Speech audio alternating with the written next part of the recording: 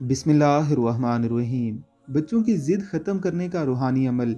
ज़िद्दी बच्चे वबाले जान बन जाते हैं। ना सिर्फ घर का माहौल मुतासर होता है बल्कि मियाँ बीवी में झगड़े की भी वजह बन जाते हैं।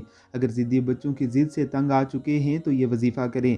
इन अस्माए मुक़द्दसा को 1100 मरतबा मिलाकर रोज़ाना इशा की नमाज के बाद या फिर कोई भी वक्त मुकर्रर करके पढ़ें।